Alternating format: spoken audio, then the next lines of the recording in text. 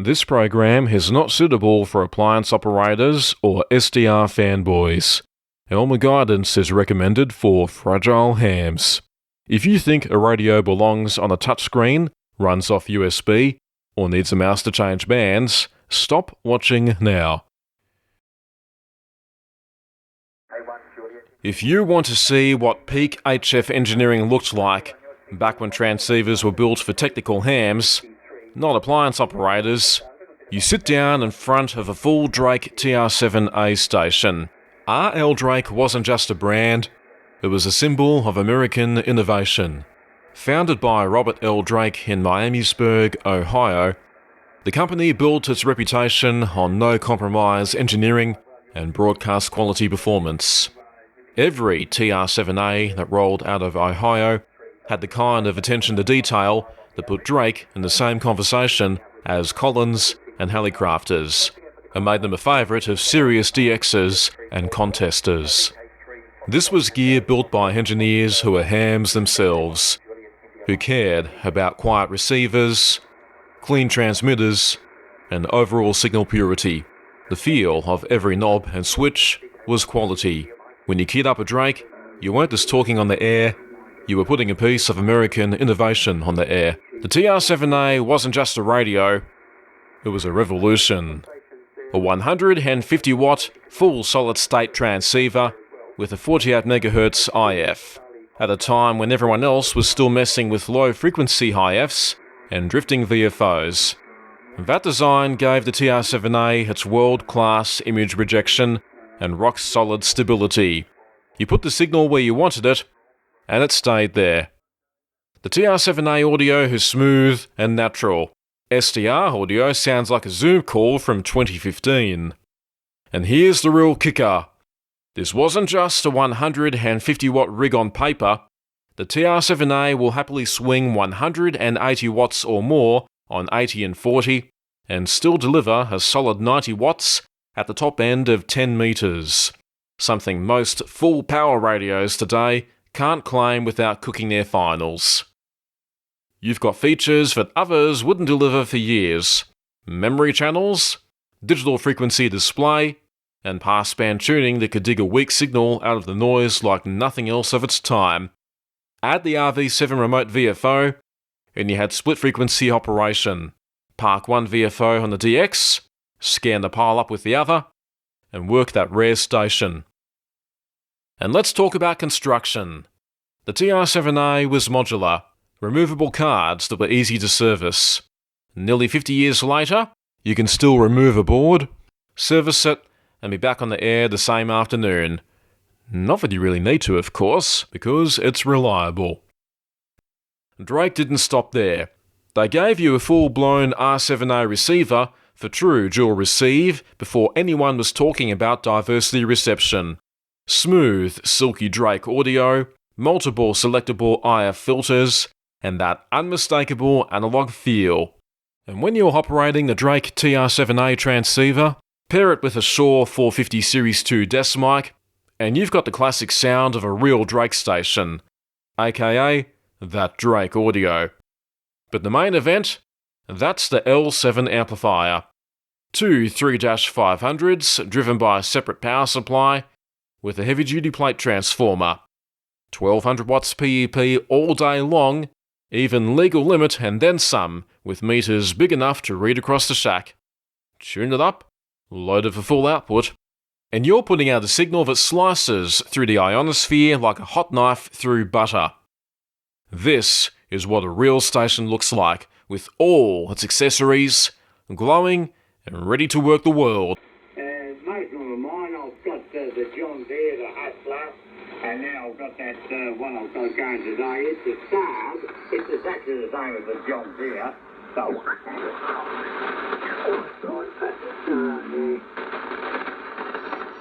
council might work hard for you. Then someone down here was building a house and asked for those various improvements.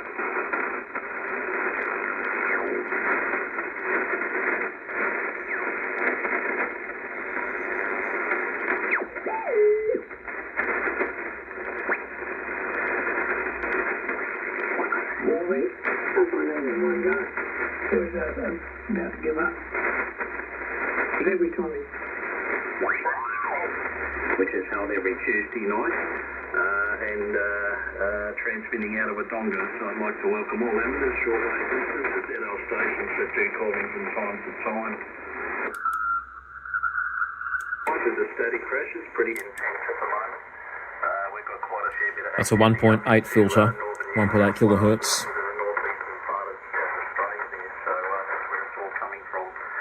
Back to 2.7. And we've got a good little group started so far, so welcome everybody. And the 6 kilohertz AM filter. VK3 GSR, welcome mate. You, Kate? Yeah, roger there, Steve. VK3 SMW, VK3 GSR. And good evening to everybody that's checked in there, Steve. Great roll-up with everybody.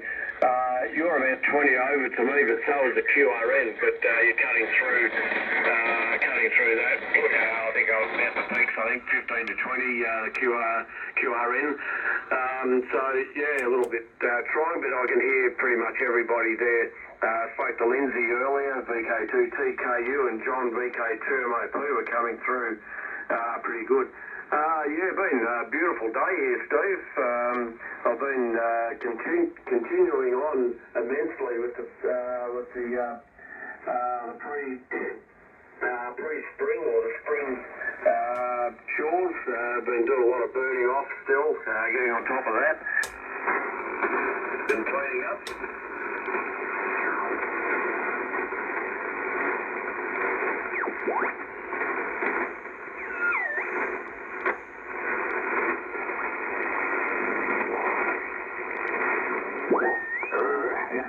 I missed a big tiger snake yesterday.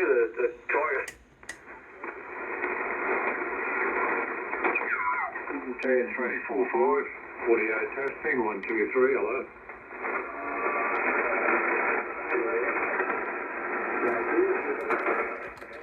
Your audio works fine, VK3, United Sugar Alpha.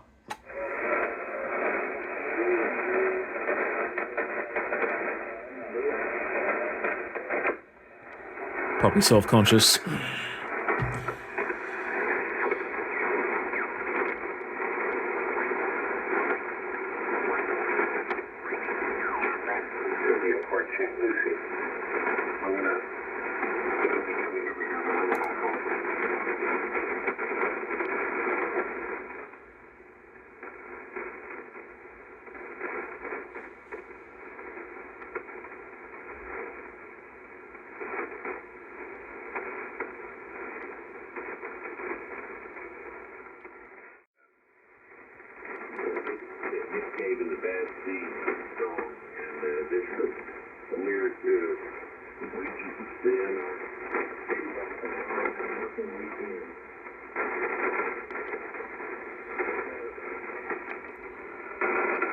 You see this here, using the RF gain control. You can't do this with modern receivers.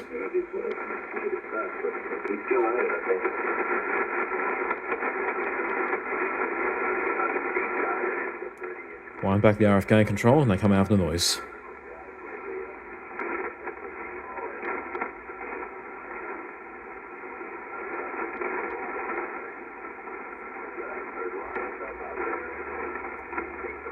You can make a contact there. No contact.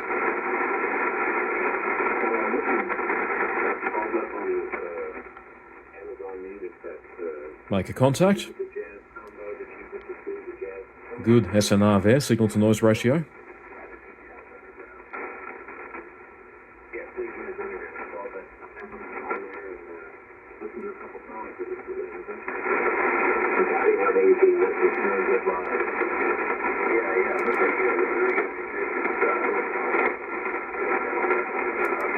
If the RF gain control all the way up, even with the slow AGC, impossible to make them out.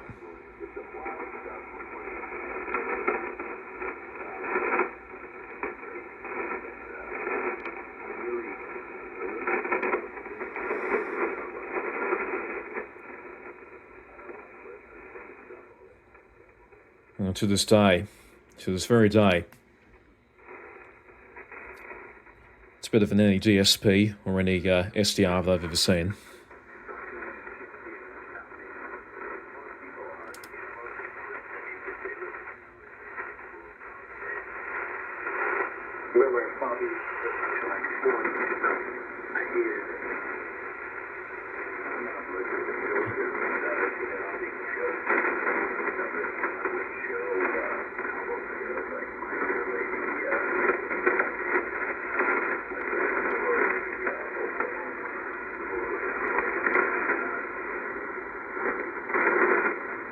I guess there's going to be a generation here when they're at the old term of everything, direction left. Yeah, I know.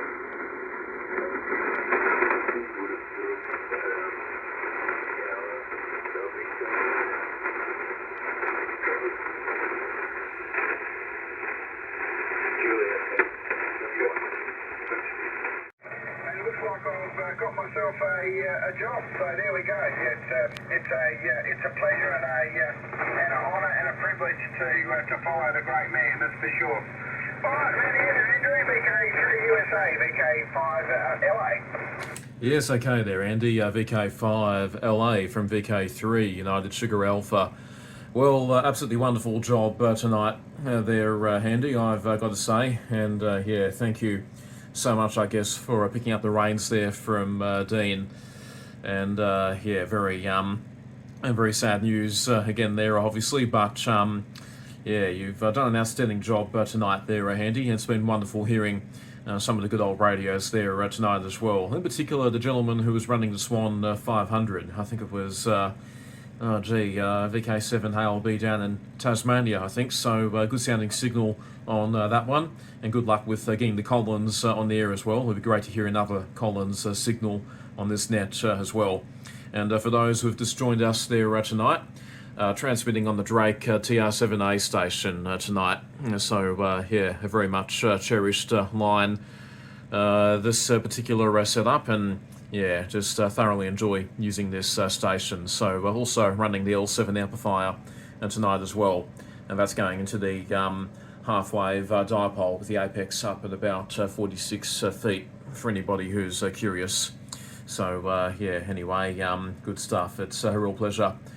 Andy, have yourself a wonderful night, and we'll probably catch you again there next week. VK5 LA, 73s from VK3 USA on the Vintage Drake 7 line. Roger there, Andrew. Yeah, absolutely outstanding, mate.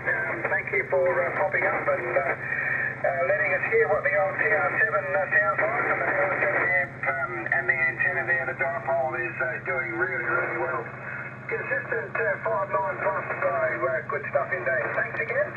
Around here there, Pete, VK7A on the Swan 350. I can't believe that. Well, with all the cameras that would have been there, they know they could probably have recorded every person that picked their nose while they were there. And but finding the shooter, oh no, we can't find him. Yeah, they can find every January 6th attendee's grandmother and harass them, but they can't find the shooter. There's something wrong with that. Yeah, something wrong. Something wrong. Unbelievable. Well, such is the world we live in, and but we're going in the right direction at least. I don't know if we'll get far enough, but we'll find out. Only time will tell. And yeah, that was a heartbreak yesterday to lose that young guy. That's really a shame.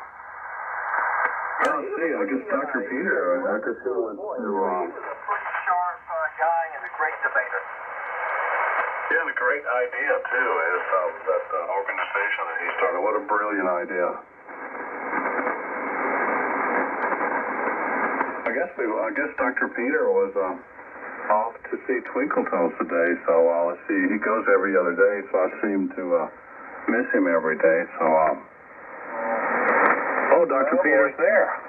Hey, are you just sandbagging in the shack there, Dr. Peter? W5FP, W4WMT, over.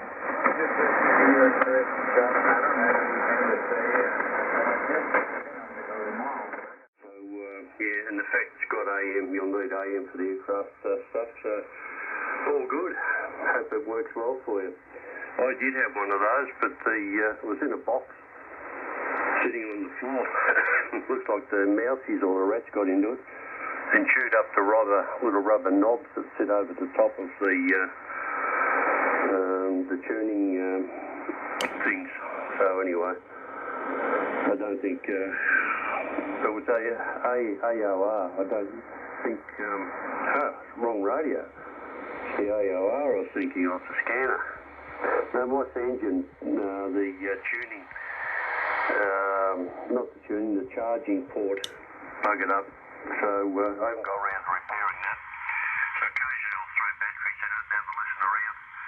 But no, they're a good little radio. They're very good indeed. So I'll either replace that little plug or I'll into the board. That might be an easy way to do it too. Just make it a dedicated power lead with a couple of clips to clip onto a battery, or find one of my old chargers in the box that's doing nothing and just hardwire that straight in. Won't be too much of a drama, will it? Saves me buying a new one. You're right, they're very, very expensive. And okay, on the frequencies, that's that antenna, mate, if that's on a pipe,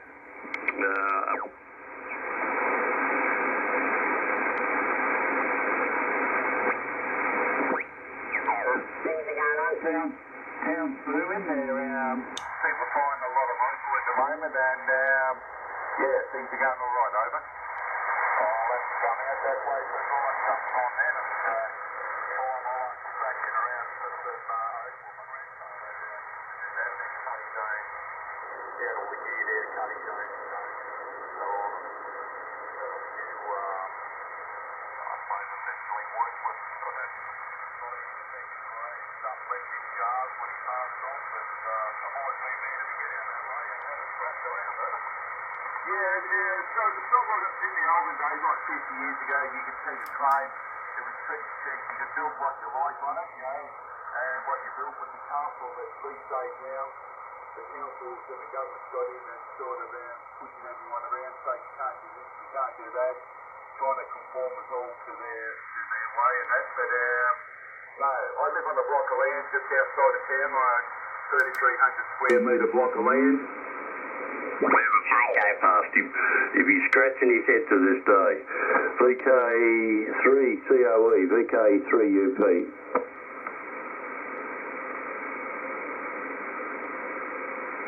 VK3UP with the group, VK3COE. And g'day Tony, it's good to hear you, mate.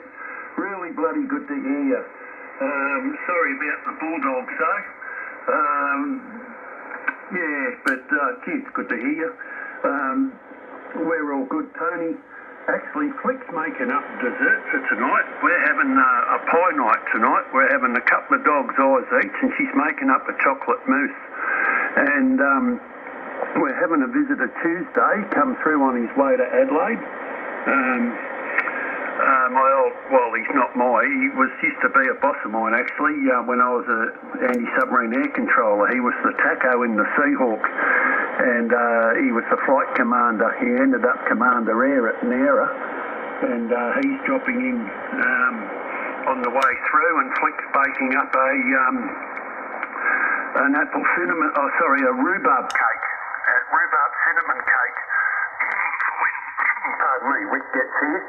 And Flick used to be his flight deck marshal on board HMOs to Brook. So